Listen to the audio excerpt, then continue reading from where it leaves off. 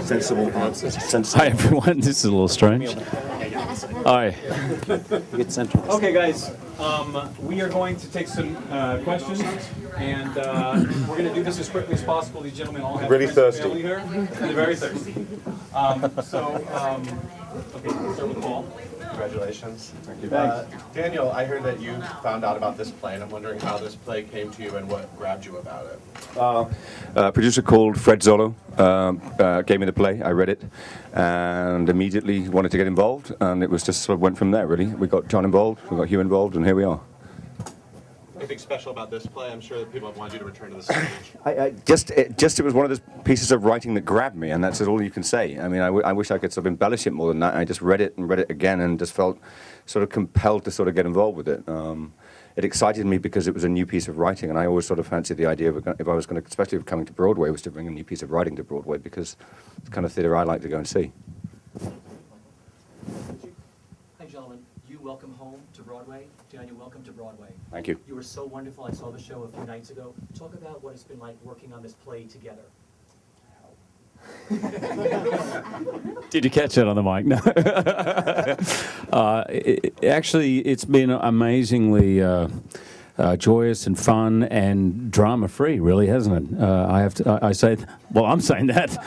It seems, it's been terrific working with Daniel, obviously, and with John Crowley, who I was a massive fan of, and we had probably far too much fun in rehearsals coming in here, and having Keith there as well was great. It's been a great joy for me to come back on Broadway, but it feels like the first time because it's a straight play, which is actually what I was trying to do. So it's been a great thrill for me, and I'm so excited that it's only the beginning now. Right. Gentlemen, talk to me about the research you did. I understand you went to Chicago and actually shadowed cops. Can you talk to me a little bit about that? Yeah, we went to Chicago for a few days. The three of us went, four of us went to Chicago, and we hung out with cops. We went to the morgue. We went with detectives, big cops, right across the board. We did quite a lot. We had some pizza, drank a few beers, went to a Wrigley's field game, everything. So to the Cubs. So we learned a lot, and I have to say it was invaluable. And the cops were so honest and open, and we owe a lot to them, because in that short period of time, we had pretty much a university-style education in what their life is about. So they were very, very generous. John. Hugh, Daniel, both of you, your accents are so distinctly Chicago. Tell me how easy it was after rehearsal and performance to drop character. Well, you can see. We're very lucky to have a great dialect coach, Jess, who helped us through this. It was a lot of hard work, but you kind of just have to sort of practice and practice. It's kind of that simple as that. Dropping character, I don't know. I mean, like I said, I'm very thirsty, so I mean, I'm still in character. Please, for the room, I'd like to ask a question to Keith Huff, who is the playwright. It's his first play on Broadway, as you all know. He's a Chicago playwright. This play takes place in Chicago. Can you talk about what it feels like to have your Broadway debut be a play that's set in Chicago and working with these gentlemen? Well, it's great enough being on Broadway, but having these two guys involved is a playwright's dream. I echo Hugh's sentiment. The rehearsal was just joyous. I mean, nobody threw any chairs or had any meltdowns or any diva fits or anything like that. So it was just a joy from beginning to end. And these guys they're just consummate professionals.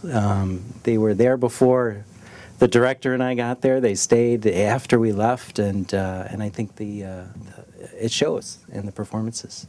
And John Crowley, the director, a question for you. So several times it's been written that you've used ping pong tables and the guys playing catch as a way to loosen them up. Can you talk about the specific nature of rehearsal for this place? Talk about it. Mud wrestling.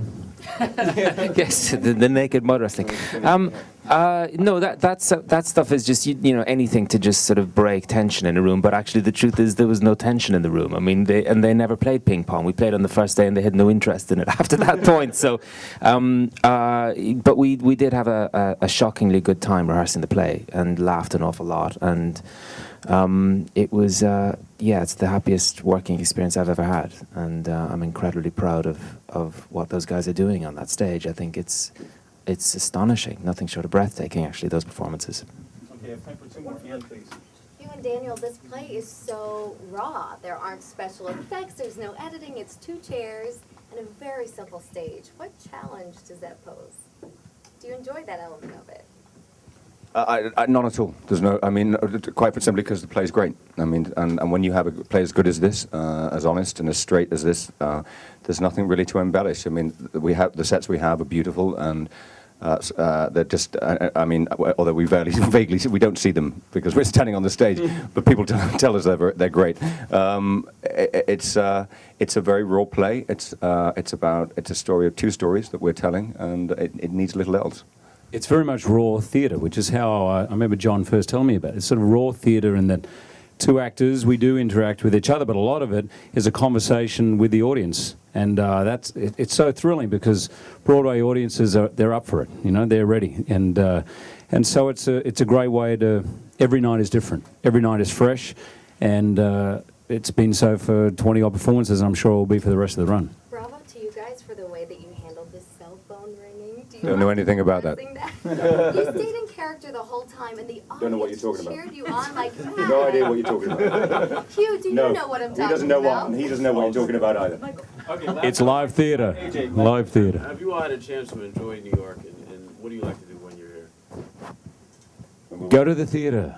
Yeah. No, I've been here a lot. Daniel, what about you, man? It's been a kind of small dream of mine to come here and work and actually live here for a while, as opposed to just visiting. Which I'm normally working and flying in and flying out. So I get to see friends, you know, for longer than I normally do, and spend some time and eat and just go out and experience, you know, New York. That's great. Thank you. Thank you Thank you very very much. much. Question. Thank you. Sorry. Thank you very much. Thank you. Thanks, guys. Thank you so much. Thanks, bud.